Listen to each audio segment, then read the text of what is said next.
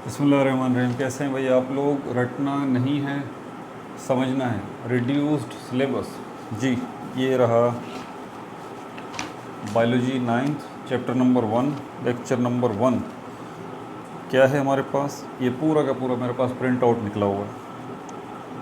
Chapter number 1 introduction to biology, इसके 5 topics हैं, ये आपके पास भी होना चाहिए। Definition of biology, division and branches of biology, relationship of biology with other sciences, Quran instruct to reveal the study of life, the level of organization. ठीक है, तो आज शुरू करते हैं। इस वीडियो के नीचे ही आप मेरी पिक्चर आपको नज़र आ रही होगी और ये रटना नहीं समझना है ये भी लिखा हुआ नज़र आ रहा होगा। क्लिक कर दीजिए, मेरे पेज पे चले जाएंगे, प्लेलिस्ट पे चले जाइए। 4 प्लेलिस्ट आपको नज़र आ जाएंगी वहाँ पर। मैंने एक छोटी सी वीडियो भी बनाई थी, म्यूट सी, इसमें बता दिया था मैंने कि भाई ये वीडियो सब बनने जा रही हैं तो reduced syllabus point of view से बन रही हैं। 9th की बायोलॉजी, केमिस्ट्री, फ़िज़िक्स और मैथ्स। फ़िज़िक्स और मैथ्स जो है वो रिड्यूस सिलेबस में 9th और मैट्रिक दोनों की आ जाएगी एक जैसी। तो इंशाल्लाह कोशिश पूरी है। अभी क्या चल रहा है? अक्टूबर, नवंबर, दिसंबर, जनवरी, फरवरी, मार्च, अप्रैल में जाके आपके एग्ज़ाम्स होंगे। तो मेरी कोशिश होगी कि जितना हो सकता है आप लोगों को कवर करवा दिया जाए। ठीक है भाई, तो कॉपी पेन से ले लीजिए, लेक्चर को नोट करना है और मुस्कुराते रहना। चलें फिर इसकी तरफ चलते हैं। ये रहा, मैंने प्रिंट इसका निकाला हुआ है।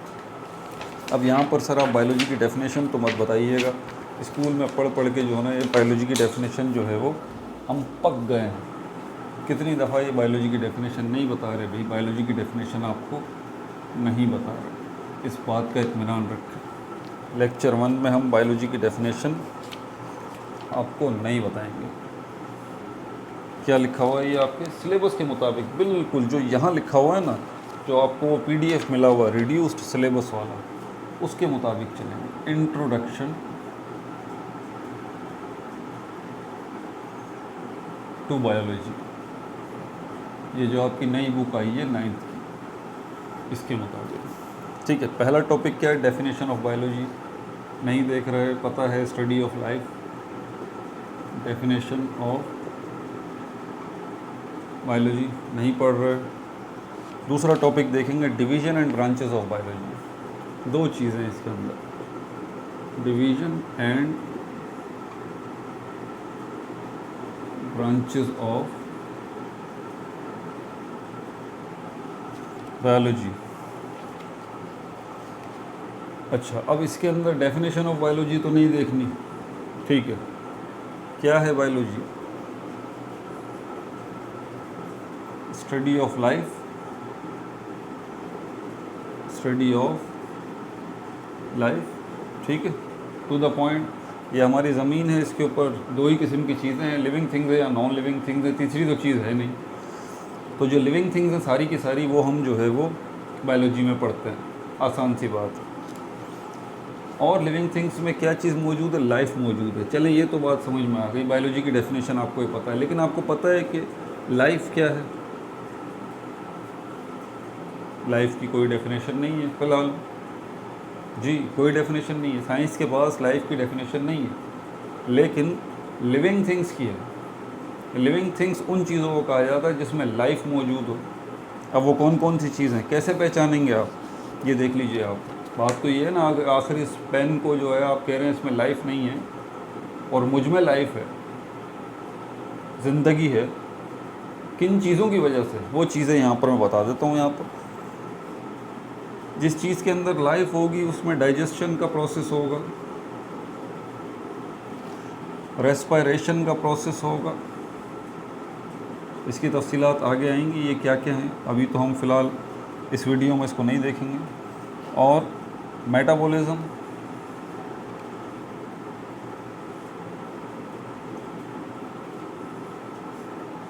और जिस चीज़ में लाइफ होगी तो वो क्या करेंगे? मूवमेंट, हरकत भी करेंगे।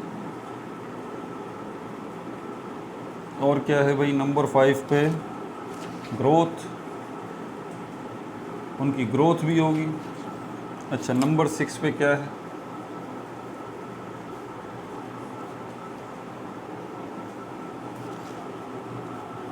डेवलपमेंट।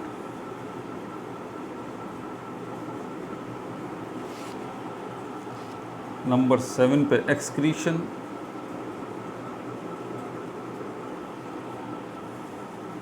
नंबर 8 पे इरिटेबिलिटी। बुक खोल के रखें आप लोग, सब उसके अंदर से ही बता रहा हूँ आपकी न्यू बुक के मुताबिक। इरिटेबिलिटी और रिप्रोडक्शन।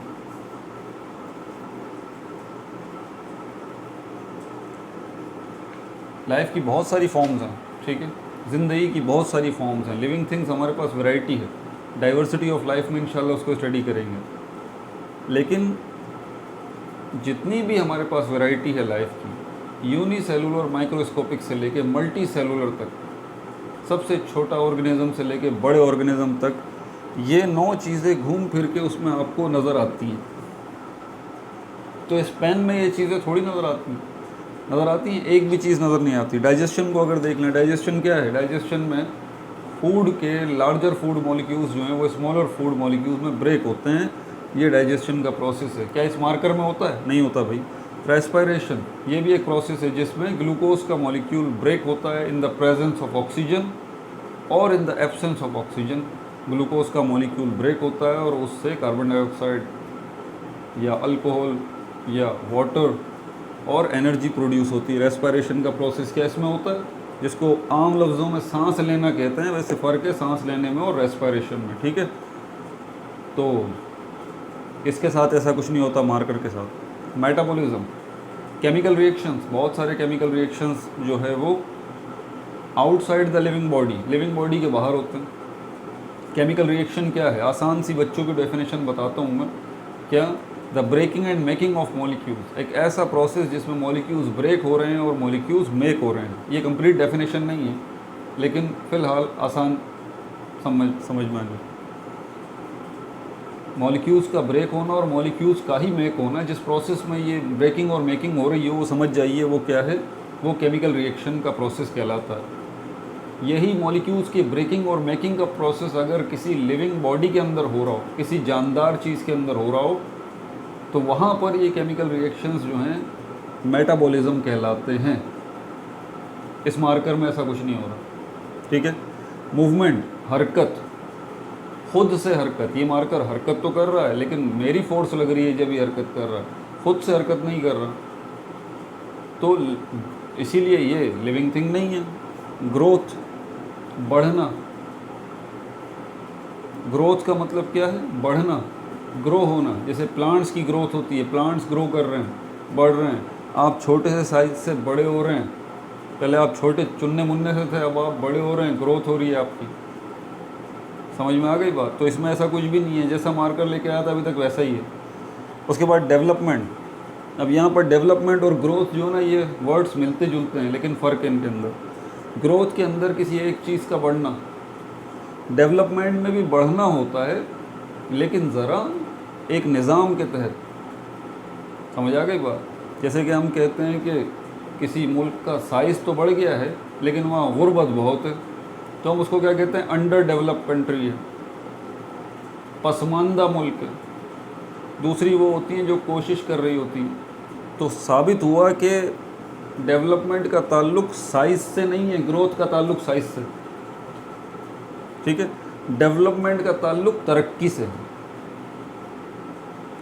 अच्छा साइज़, अच्छी तरक्की। वेल डेवलप्ड कंट्रीज़ कौन सी होती हैं? तरक्की याफ्ता ममालिक, जहाँ पर तरक्की हुई है, सारी फैसिलिटीज़ मौजूद हैं लाइफ। जैसे कि आज के दौर हाजिर में यूरोपियन कंट्रीज़ हैं, अमेरिका है, ये डेवलप कंट्रीज़ हैं, रशिया है, ये डेवलप कंट्रीज़ हैं, पाकिस्तान अंडर डेवलप कंट्री। तो इसको डेवलपमेंट कहते हैं। साइज़ का बड़ा होना ग्रोथ कहलाता है। एक्सक्रीशन, तो इसमें साइज़, इसमें ऐसी कोई डेवलपमेंट भी नहीं हो रही मार्कर में, इसलिए ये लिविंग थिंग भी नहीं है। एक्सक्रीशन, लिविंग बॉडीज़ के अंदर बहुत सारे वेस्ट प्रोडक्ट्स पैदा होते हैं जिनका उनकी बॉडी में कोई काम नहीं है, उनको बॉडी से बाहर आना चाहिए। तो वो प्रोसेस जिसके तहत लिविंग बॉडीज़ के अंदर से फिजूल और बेकार चीज़ें जिस्म से बाहर आती हैं, उस प्रोसेस को एक्सक्रीशन कहते हैं। इसके अंदर ऐसा कुछ भी नहीं है भाई, इस मार्कर के अंदर ऐसा कुछ भी नहीं है। ऐसी कुछ चीज़ के अंदर पैदा नहीं हो रही जो कि वेस्ट हो और इसकी बॉडी से बाहर निकल रही हो। समझ में आ रही है बात? लिविंग थिंग्स में एक्सक्रीशन होता है, फालतू मादों का अखराज, वो एक्सक्रीशन कहलाता है। उसके बाद इरिटेबिलिटी, इसको कहते हैं क़ुव्वत मुदाफ़ियत, उर्दू में इरिटेबिलिटी, फोर्स ऑफ इरिटेबिलिटी, क़ुव्वत मुदाफ़ियत, रेसिस्ट करना, मुज़ाहिमत करना, झगड़ा करना, लड़ाई करना किस चीज़ से, कोई भी ऐसी चीज़ जो कि लिविंग बॉडी के अंदर आए उसको नुकसान पहुंचाने के लिए।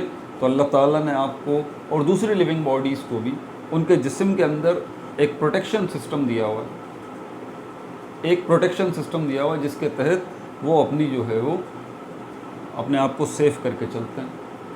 खुद ब खुद आप जब बीमार होते हैं, आपकी बॉडी के अंदर बीमार क्यों हो रहे हैं आप? ऑब्वियस सी बात है, आपकी बॉडी के अंदर जर्म्स आ गए हैं। जर्म्स जो हैं वो आपको बीमार कर रहे हैं, आपकी बॉडी में वो जर्म्स पहुंच गए हैं, तो आप टैबलेट बाद में लेते हैं। उससे पहले आपका जो बॉडी का फोर्स ऑफ इरिटेबिलिटी है, क़ुव्वत मुदाफ़ियत है, प्रोटेक्शन का नेचुरल सिस्टम है, वो खुद ब खुद हरकत में आ जाता है और उसकी कोशिश होती है कि ये जो भी फॉरेन इन्वेडर्स हैं, बैरूनी हमलावर हैं, जो कि आपकी बॉडी के सेल्स को नुकसान पहुंचाना चाहते हैं, उनके साथ मुकाबला किया जाए। तो इसके अंदर ऐसा कुछ भी नहीं है। इनफैक्ट इसमें बैक्टीरिया जाके बेचारे करेंगे भी क्या, उनके काम की चीज़ इसमें नहीं है। रिप्रोडक्शन, नस्ल का बढ़ना, ये मार्कर जैसा मैं लेके आया था ये अभी तक वैसा ही है। ऐसा कभी नहीं हुआ कि मैं सुबह सो के उठाऊँ तो ये एक मार्कर के बजाय 2 मार्कर होगा ना।